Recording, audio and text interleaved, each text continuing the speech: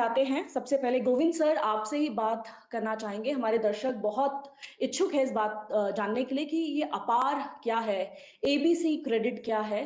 किस तरीके से आप एक आने वाले भविष्य को बुन रहे हैं, जिसके बारे में आज हम यहाँ से विस्तार से चर्चा करने वाले हैं। Over to you sir. Thank you, Sarthak, for such a wonderful introduction of everyone. First, I would like to welcome respected Union Secretary, Department of Higher Education, Sanjay Murthy sir, Secretary School Education, Sanjay Kumar sir, CMD CSC, Sanjay Kumar Rakesh sir, and all the state representative. As you know that National Education Policy was launched in July 2020 with an aim to provide a holistic education to students. To facilitate that whole process, it was required to develop an ecosystem where different stakeholders of the education can interact each other seamlessly. For that, a unique ID is the core or building block for such ecosystem. Then accordingly, we started to create automated permanent academic account registry ID, which you are calling APAR ID. And so far, 1712 APAR ID has been created. But now the next step is that to leverage the existing network of different institutions, such as CSC, who's having the almost 5 lakh centers across the country. Then we decided to collaborate with CSC, and the CSC can be used by any individual, any student, any learner to create their APAR ID. So that is the basic objective for this that launch of this collaboration. And I expect that every state government will also create awareness amongst all the stakeholders within their jurisdiction for this APAR ID creation and further credit deposition. And CSC network will be utilized for the especially school students, because the school most of the time they don't have IT system or the software is not available. The school can map their institution with nearby CSC and student can go easily and create their APAR ID. This is the basic purpose of today's launch. So once again, I welcome everyone. I am hopeful that this collaboration will be very useful for this educational ecosystem. Thank you, sir. Thank you Jaiswal sir. I totally agree with you कि last mile तक जैसे CSC SPV पहुंचता है, I am sure last student तक जहां पे internet बाकी सुविधाएं अधूरी रह जाती हैं, आई एम श्योर सीएससी रियली वहां पहुंच के इस अपार सर्विस को वहां तक पहुंचाएंगे। इसी पे और प्रकाश डालने के लिए संजय सर आपसे रिक्वेस्ट है, अपार में सीएससी क्या रोल अदा करेगा, हमारे वीएलईज के लिए कितनी बड़ी रिस्पॉन्सिबिलिटी उनको दी जा रही है, इस पे प्रकाश डालिए। Sanjay sir, over to you. आप बताइएगा ना। एक्चुअली भगवती यहाँ संजय के नाम से थोड़ा कंफ्यूजन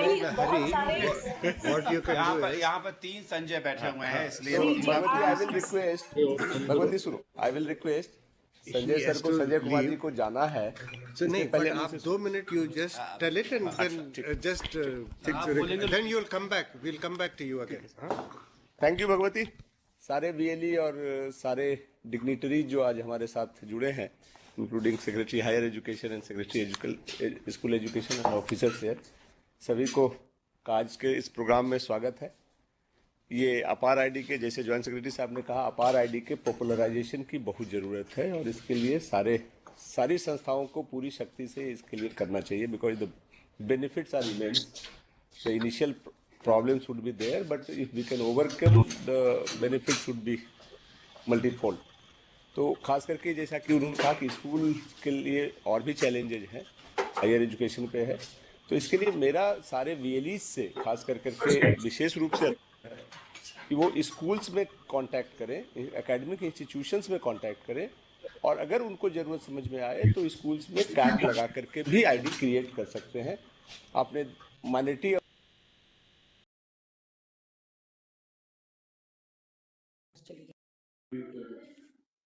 सर आपका म्यूट हो गया है, सर प्लीज अपने आप को अनम्यूट कर लीजिए।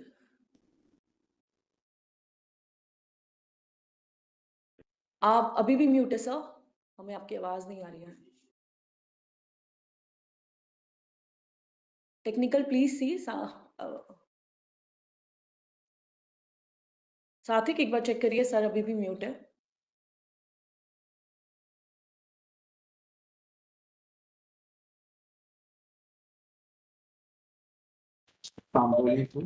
सर आवाज नहीं मिल रही है, अनम्यूट करें अपने आप को।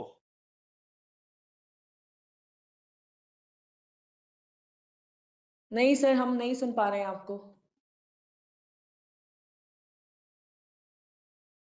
टेक्निकल प्लीज इंटरफेयर करिए, हमें टेक्निकल टीम हमारी आवाज ठीक करती है। उससे पहले ही हम एक कुछ वीडियोस आपको यहाँ पे दिखाना चाहेंगे। जैसे संजय सर कह रहे थे कि हमें हर बेनिफिशियरी वीएलई तक पहुंचना है, स्कूल में कैंप्स करने होंगे। तो Sarthak, meanwhile our technical team see what the issue is. Yes, we are back. Sanjay sir please continue.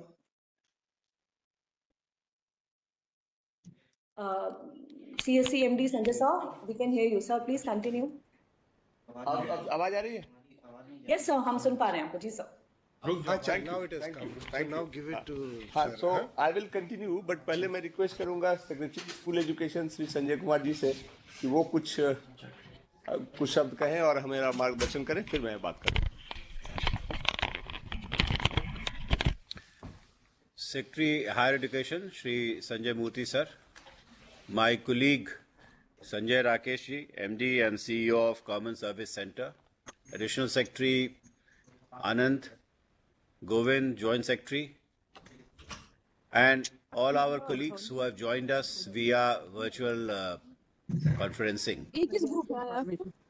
Warm good afternoon to all of you. You know, in a nutshell, I must say that digital services is on the rise. And किसी का mic on है, मैं आपसे अनुरोध करूंगा कि अपना mic बंद कर दीजिएगा। डिजिटल सर्विसेज की अब संख्या बढ़ती जा रही है, उसकी फ्रीक्वेंसी और इंटेंसिटी भी बढ़ती जा रही है। तो ये बहुत आवश्यक है कि यदि हम स्कूल में डिजिटल सर्विसेज का पूरा फ़ायदा लेना चाहते हों तो स्कूल में भी मेरे पास इंटरनेट कनेक्शन हो और मेरे पास कंप्यूटर इत्यादि की व्यवस्था हो। बहुत से बच्चे डिजिटल सर्विसेज को अपने स्मार्टफोन के द्वारा भी एक्सेस करते हैं, लेकिन सभी के पास स्मार्टफोन भी नहीं है। तो इसलिए बहुत आवश्यक है कि ये जो कॉमन सर्विस सेंटर जो सभी पंचायत के स्तर पर पूरे देश में क्रिएट किया गया है, इसको हम स्कूली शिक्षा में डिजिटल सर्विसेज के आउटरीच को बढ़ावा देने के लिए कैसे मैक्सिमाइज कर सके, कैसे लेवरेज कर सके, ये हमारे लिए बहुत ही आवश्यक है। आज के दिन में 50% स्कूलों में ही इंटरनेट है और कंप्यूटर है, और वो ऐसे स्कूल्स हैं जो हायर सेकेंडरी और सेकेंडरी हैं, यानी कि एलिमेंट्री स्कूल्स में अभी भी हमारा एक्सेस बहुत ही कम है।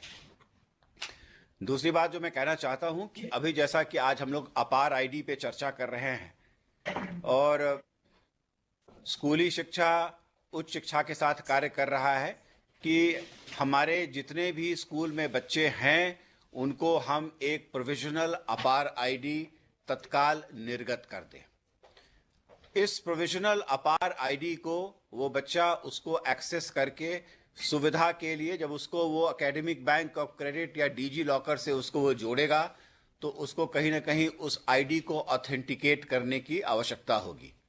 और हम सभी को इनकरेज कर रहे हैं कि विथ कंसेंट वो उसको आधार से इनेबल कर दे, ऑथेंटिकेट कर दे, तो उसकी जो यूजफुलनेस है वो जीवन पर्यंत रहेगी आपके साथ। स्कूली शिक्षा में बहुत कुछ ऐसा लाया जा रहा है और हमारी जो सबसे बड़ी समस्या ये हो रही है कि मेरे पास हर बच्चे के लिए कोई एक सिंगल रिपॉजिटरी नहीं है जहां पर मैं उसके सारे एकेडमिक रिकॉर्ड्स को देख सकूं। और इसी दरमियान यदि बच्चे का स्कूल बदल जाता है तो ये और कठिन हो जाता है, क्योंकि फिर उसको हम एक्सेस नहीं कर पाते हैं। तो ये अपार आईडी के माध्यम से यदि हम उसे जोड़ दें academic bank of credit DG locker के साथ, तो हर बच्चे के लिए एक ऐसी जगह बन जाएगी जहां पर उसका हर एकेडमिक रिकॉर्ड और उसका दूसरे जितने भी डॉक्यूमेंट्स हैं, चाहे उसका वो डेट ऑफ बर्थ हो या बाद में कभी वो ड्राइविंग लाइसेंस लेता है, डिपेंडिंग ऑन किस तरह, हर साल के अंत में जब उसका हॉलिस्टिक प्रोग्रेस कार्ड भी बनता है, रिपोर्ट कार्ड बनता है, तो उसको भी वहां दिया जा सकता है। नेशनल क्रेडिट रेटिंग फ्रेमवर्क में अभी हम क्रेडिट सिस्टम लाने जा रहे हैं। उसका जो क्रेडिट है वो भी इस डिजी लॉकर में उपलब्ध कराया जा सकता है। तो ये हमारे लिए बहुत ही आवश्यक है। इसमें मैं समझता हूं कि कॉमन सर्विस सेंटर की जो रोल है वो बहुत ही अहम होगी, क्योंकि आप एक वन पॉइंट सर्विस सेंटर हैं जहां पर हमारा बच्चा जा कर के अपार आईडी के लिए तो सुविधा ले ही सकता है और कई तरह की सुविधा ले सकता है। आजकल सारा का सारा ट्रांसफर्स डीबीटी के माध्यम से हो रहा है और हम लोग लगातार देखते हैं कि कहीं ना कहीं बच्चे कभी कभी कुछ तकनीकी गड़बड़ी कर देते हैं जिससे जो उनको मिलना चाहिए वो नहीं मिल पाता है। तो बच्चों के लिए भी डिजिटल जो फॉर्म भर रहे हैं उसमें हैंड होल्डिंग बहुत ही आवश्यक है और कॉमन सर्विस सेंटर इसके लिए बहुत ही उपयुक्त है। हम लोग चाहेंगे सर कि इसमें हम किसी प्रकार का एक business model common service centre के साथ डेवलप कर सके ताकि वो एक पारदर्शी तरीके से हम अपने सभी को इसकी जानकारी दे सकें ताकि वो बच्चा पारदर्शी तरीके से कॉमन सर्विस सेंटर में जाए और उन सेवाओं को एक्सेस कर ले। हम लोग बहुत ही हर्षित और एक्साइटेड हैं यहाँ पर मिनिस्ट्री ऑफ एजुकेशन में कि ये जो एक बहुत ही इम्पॉर्टेंट इंटरवेंशन जो अपार आईडी का लाया जा रहा है और मुझे लगता है कि इसके अभूतपूर्व परिणाम हम सब लोगों के सामने आएंगे और ये सिस्टम को एक बहुत ही अच्छे तरीके से पारदर्शी बना देगा, ट्रांसपेरेंट बना देगा और एक कन्वीनियंट बना देगा कि आप न जाने कहाँ जाएं, आपको हर वक्त एक मोबाइल फोन पर या एक कंप्यूटर के सामने आप बैठ जाएं तो आप अपने सारे रिकॉर्ड्स को एक्सेस कर सकते हैं।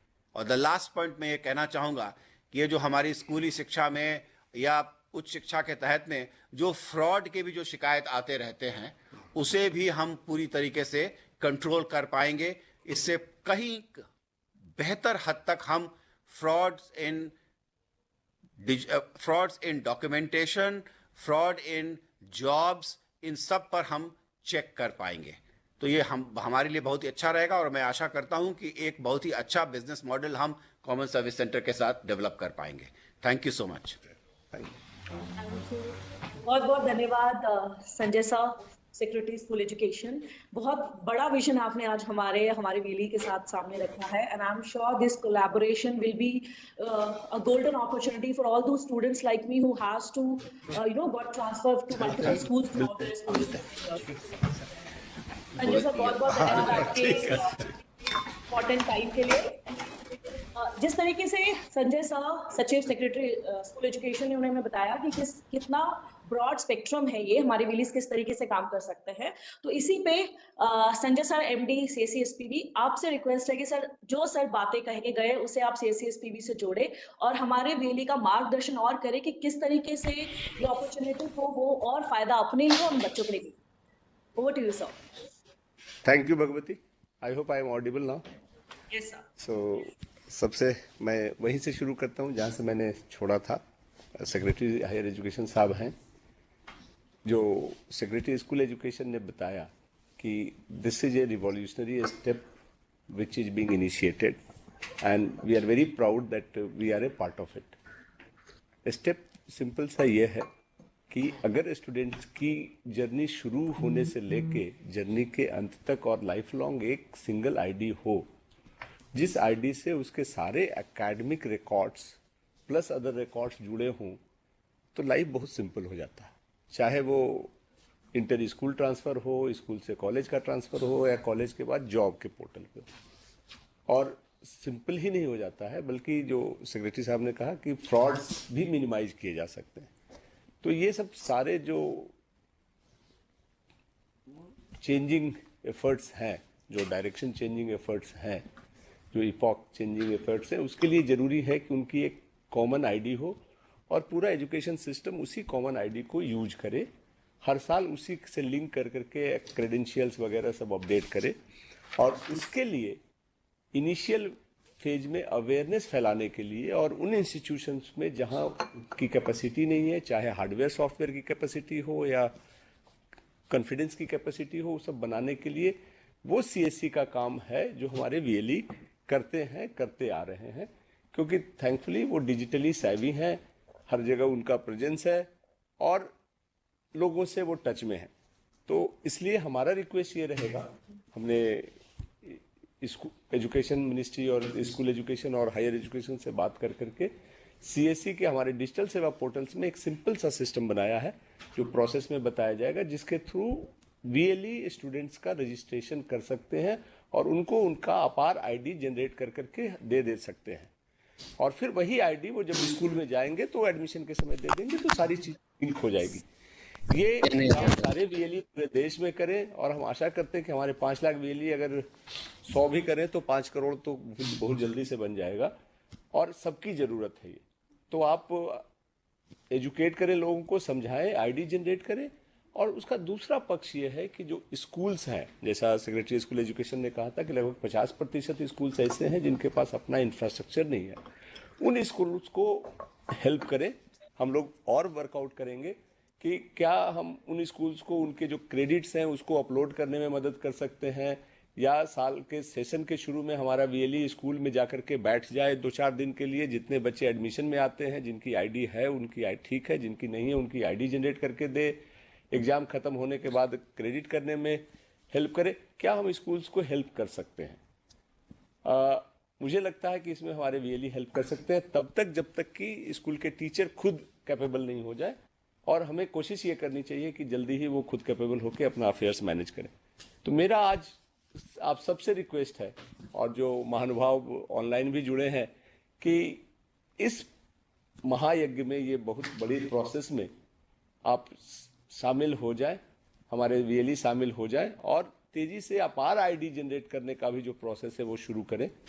और इसके रिजल्ट के साथ बाकी चीज़ें हम जैसे जैसे बढ़ते जाएंगे आप सबसे शेयर करेंगे, और आशा करते हैं कि मिनिस्ट्री ऑफ एजुकेशन के साथ सीएससी की इस कोलैबोरेशन से ये जो एक बहुत बड़ा यज्ञ शुरू हुआ है उसमें हमें सफलता जरूर मिलेगी। सो आप पे बहुत बड़ी जिम्मेदारी है। मैं सारे वीएलई से रिक्वेस्ट करता हूं जो हमसे सुन रहे हैं कि, और मुझे विश्वास भी है कि वो जिम्मेदारी के साथ इस जवाबदेही को निभाएंगे, और एक अच्छा नंबर और एक अच्छा माहौल बन करके उभरेगा अबाउट दिस अपार ID and it's usefulness. So I wish you all the best. Thank you. बहुत बहुत धन्यवाद संजय साहब। छात्रों के एजुकेशन और लर्निंग के दौरान अर्जित किए गए क्रेडिट की जानकारी सिंक होगी, यानी छात्रों की शैक्षणिक प्रगति की ट्रैकिंग हो सकेगी आसान। साथ ही छात्रों को अपने दस्तावेज या स्थानांतरण प्रमाण पत्र लेकर यात्रा करने या कहीं जमा कराने की जरूरत नहीं होगी। शिक्षा मंत्रालय भारत सरकार की इस डिजिटल मुहिम में सीएससी यानी कॉमन सर्विस सेंटर भी है भागीदार, यानी देश के सभी छात्रों को मिल सकेगा 5 लाख से भी अधिक सीएससी सेंटर्स के माध्यम से इस सुविधा का उपहार। मैंने अपना एबीसी आईडी सीएससी के माध्यम से बनवाया। एबीसी के लिए तेज, सुविधाजनक और आसानी से रजिस्ट्रेशन पाने के लिए अपने नजदीकी सीएससी सेंटर से संपर्क करें। इन सेंटर्स पर सीएससी के वीएलई छात्रों को अपार के लाभों और विवरणों के बारे में जानकारी देकर उनकी मदद करेंगे। मैंने एबीसी अकाउंट डिजिटल सेवा से बनाया है। यहाँ पर सारी सुविधा उपलब्ध है, यहाँ सब फॉर्म वगैरह फिलअप हो जाता है। सीएससी के वीएलई निकटतम विश्वविद्यालयों या संस्थानों के कैंपस क्षेत्र में ही केंद्र खोलकर छात्रों को अपार के साथ साथ विभिन्न सेवाएं भी प्रदान कर सकते हैं। আমি আমার নিকটবর্তী সিএসসি সেন্টার এবিসি কার্ড সম্বন্ধে জানতে পারি এবং আমি সেখান থেকে এবিসি কার্ডটিও তৈরি করিয়েছি। एबीसी की सेवा प्रदान करने के लिए वीएलई अपने डिजिटल सेवा पोर्टल या abccard.csccloud.in पर लॉगिन करें। मैंने अपने सीएससी आईडी से बहुत आसानी से एबीसी कार्ड बनाया है। मैं प्रयत्न करूंगा कि और भी स्टूडेंट का एबीसी कार्ड बना पाऊं। न्यू इंडिया के छात्रों के लिए सीएससी की डिजिटल राह तेज और बेहतर सुविधा के साथ छात्रों को आसानी से मिल रहा है अपार। तो देखा आपने, हमारे वीएलईज भाइयों के लिए दिखाना था कि कितना आसान है अपार कार्ड बनाना, कितना ज्यादा फायदा विद्यार्थियों को होगा। इसी पे और प्रकाश डालने के लिए श्री अनिल सहस्त्रबुद्धि सर हमारे साथ मौजूद हैं, जो चेयरमैन एनईटीएफ और नेशनल बोर्ड ऑफ एक्रेडिटेशन से हमारे साथ यहाँ लाइव जुड़े हैं। अनिल सर, आपके अनुभव जानना चाहेंगे कि कितनी बड़ी क्रांति अपार कार्ड लेके आ रहा है एजुकेशन फील्ड में, और आप क्या इससे एक्सपेक्टेशंस रखते हैं? Over to you sir. धन्यवाद। मेरे ख्याल से अभी संजय जी ने कहा और संजय मूर्ति जी भी बाद में कहेंगे कि अपार का दायरा जो अपार नाम में ही है कि वो इन्यूमरेबल पॉसिबिलिटीज इसके माध्यम से तैयार होती जा रही है। हमने अभी अभी देखा कि 2 छात्रों ने कैसे अपार आईडी बनाना कितना आसान है बताया है। हर स्कूल से ये हो सकता है, लेकिन हर स्कूल में इंफ्रास्ट्रक्चर न होने की वजह से हम चाहते हैं कि सीएससी के माध्यम से इसके बारे में जानकारी देना हो, या छात्रों को अपार आईडी करने के लिए उनका जो भी रिकॉर्ड है, डेट ऑफ बर्थ है, नाम है, दर्ज करते हुए और आधार से वो सीडेड हो जाएगा तो ऑटोमेटिकली यूनिक आईडी, अपार आईडी उनको मिल जाएगा, उनको आइडेंटिटी कार्ड मिलेगा। और हम देखते हैं कि प्राइवेट अलग अलग स्कूलों में वो आई कार्ड लगा के जाते हैं और गवर्नमेंट स्कूल के बच्चों को ऐसा कुछ नहीं मिलता है, तो उनको एक कॉम्प्लेक्स निर्माण होता है। इसके माध्यम से उनको एक बड़ी पहचान, आइडेंटिटी मिलेगी। तो इसलिए एक बहुत बड़ा क्रांतिकारक ये हमारा एक अपार आईडी का इनोवेशन जो किया हुआ है कि हर छात्र को यूनिक आईडी मिलेगी। ये लाइफ लॉन्ग आईडी रहेगी, आयुष्य भर रहेगी, क्योंकि हम शिक्षा सिर्फ स्कूलों में, कॉलेजों में ही पाते ऐसे नहीं है। उसके बाद जब हम कहीं भी जॉब में जाते हैं या अपना खुद का व्यवसाय भी करते हैं तो हम लोगों को नया नया सीखना पड़ेगा। आज हर चीज में टेक्नोलॉजी इतनी बेहतरीन तरीके से हर रोज बढ़ रही है, बदल हो रही है, तो छात्रों को वो सीखने के लिए जो मौका मिलना चाहिए वो मौका आज इंटरनेट के माध्यम से घर बैठे हुए अलग अलग स्किल्स को पा सकते हैं।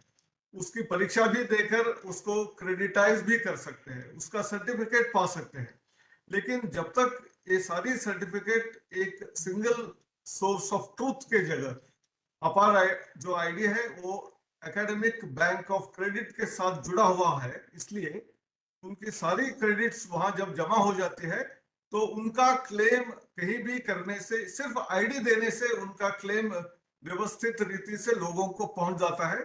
फिर वो एक स्कूल से दूसरे स्कूल का एडमिशन हो, स्कूल शिक्षा होने के बाद कॉलेज में एडमिशन के लिए हो, या एंट्रेंस एग्जाम जैसे जेई हो, नीट हो, ऐसे एग्जाम में भी परीक्षा में बैठने के समय उनका 10th का 12th का सर्टिफिकेट, मार्क्स वगैरह देना जो पड़ता है देना नहीं पड़ेगा, क्योंकि ये सब दर्ज यहाँ एबीसी में ऑलरेडी है।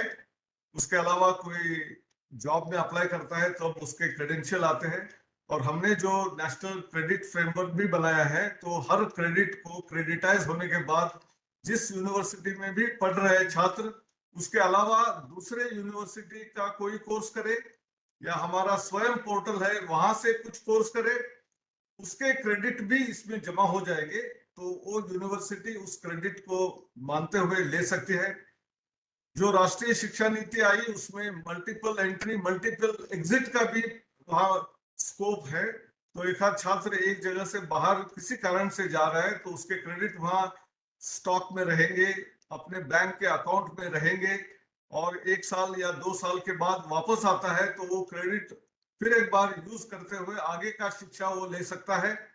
ये एक बहुत ही बड़ा रेवोल्यूशनरी कदम राष्ट्रीय शिक्षा नीति के माध्यम से हुआ है और उसको और चालना देने के लिए एकेडमिक बैंक ऑफ क्रेडिट और अपार आईडी ये दोनों चीजें उसके साथ जुड़ी हुई हैं।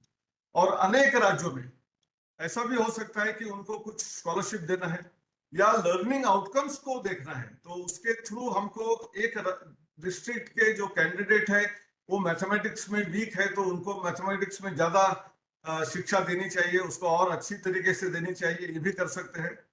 और एनईटीएफ के माध्यम से अलग प्रयोग करते हुए ऑगमेंटेड रियलिटी, वर्चुअल रियलिटी ऐसे अनेक कोर्स जो स्टार्टअप लोग तैयार कर रहे हैं उसको भी लोगों को पहुंचाने के लिए इस माध्यम से उपयोग होगा। तो एक बहुत बड़ा होलिस्टिक प्लेटफॉर्म बनने जा रहा है। इसमें स्किल के क्रेडिट भी आएंगे, रीस्किलिंग के भी आएंगे, अपस्किलिंग के भी आएंगे। तो ये लाइफ लॉन्ग सीवी बनाने का भी एक छात्रों के लिए रास्ता बनेगा।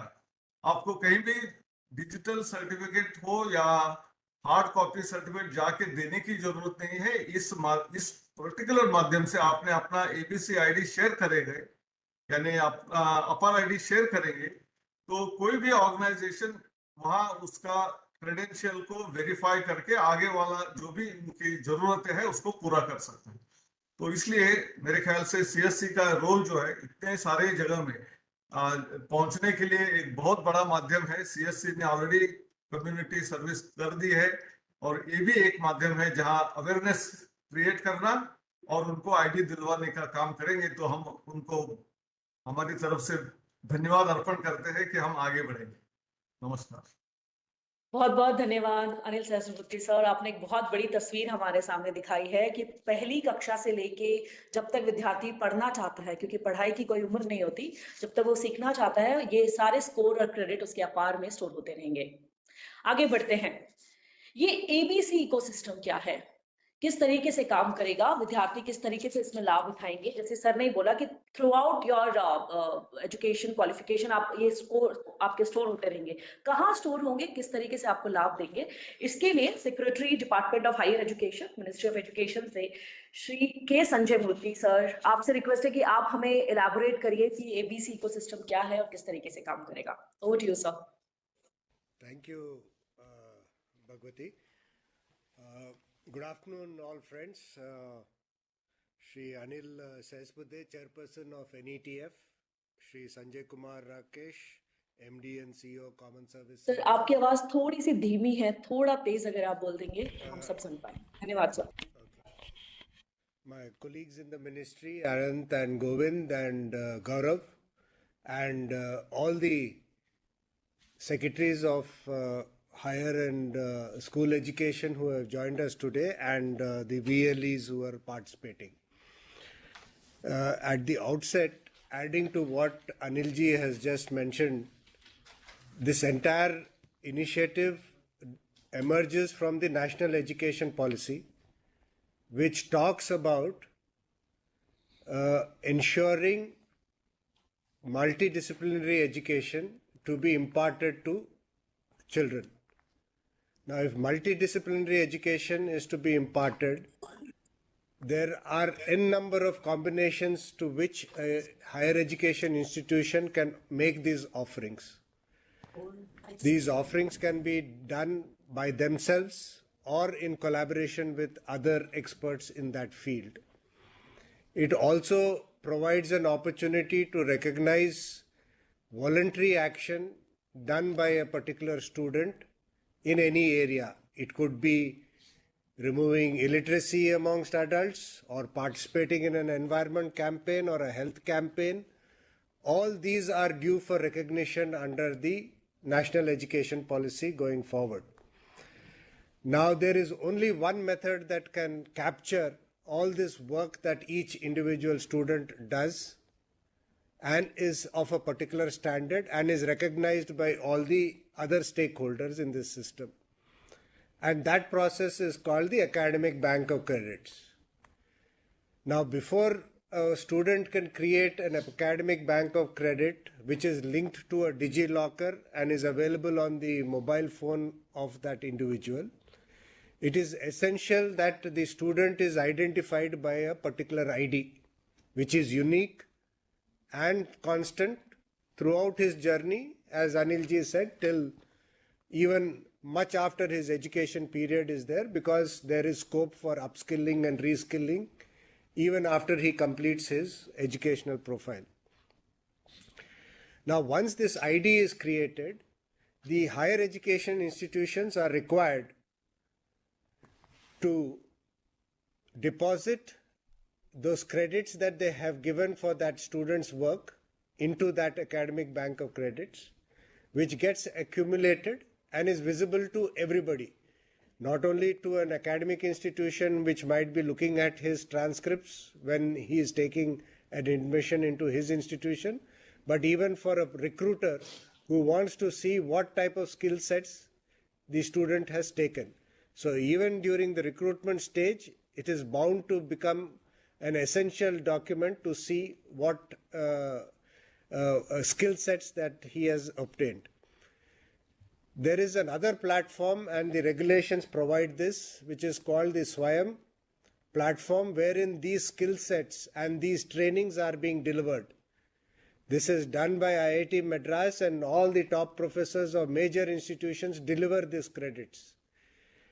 Institutions allow their children to take those courses in their curriculum, but again, once those courses are taken, there needs to be an appropriate credit acknowledged by having taken that course in that SWAYAM platform. This will enable the institution to provide or record that credit that the student has taken in that SWAYAM platform in the transcript of the student in the ABC. Now, as the school secretary had mentioned, it is not necessary that all the higher education institutions are also well connected or have these similar facilities in their institutions. They too do not have such type of elaborate setups.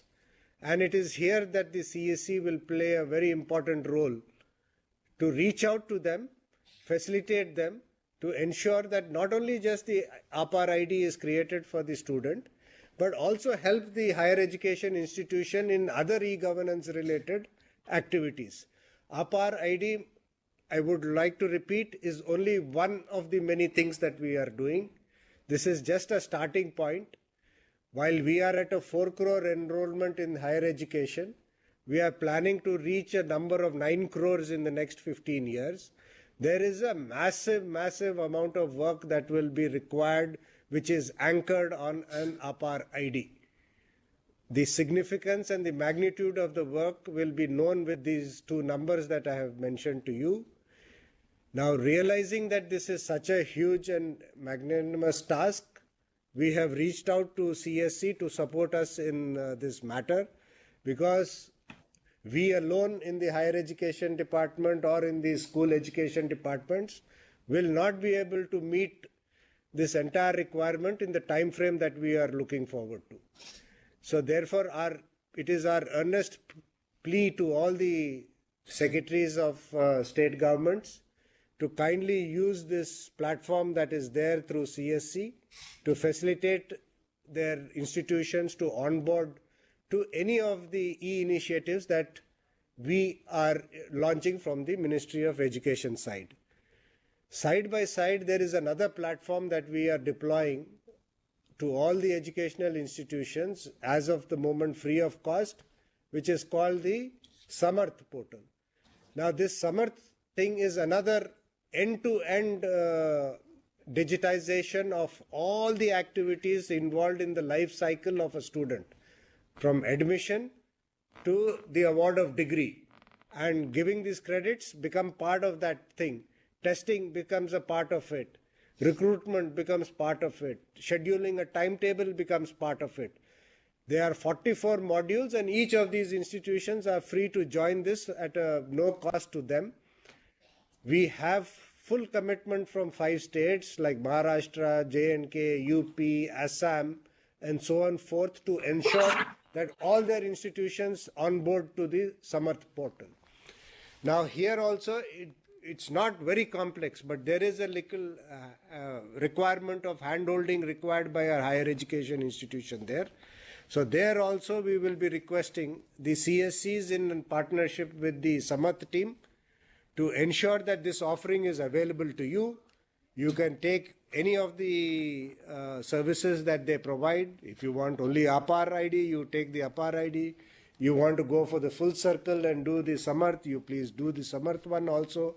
But what I would like to tell you is that this entire ERP of higher education institution by the name of Samarth is deployed in all type of educational institutions. It is not exclusively for a big university. It is adopted by IITs, by NITs, by triple ITs, by central universities and colleges also. So it has been customized to meet the needs of different type of universities, including open universities.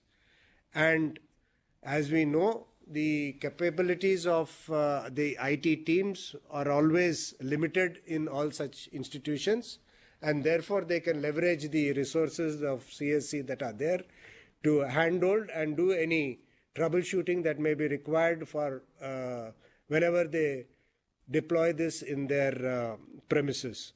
But to summarize, I just want to reiterate the immense work that is going to happen.